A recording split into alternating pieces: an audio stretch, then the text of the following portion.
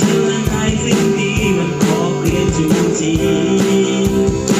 เหมือนมันกำลังยอกฉันก็อิจฉาดูสิดูมันจีบกัน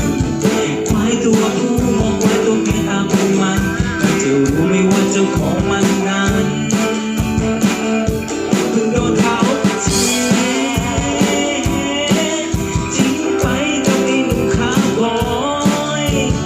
เคยขี่ควายเดี๋ยวนี้เธอไปขี่ม้า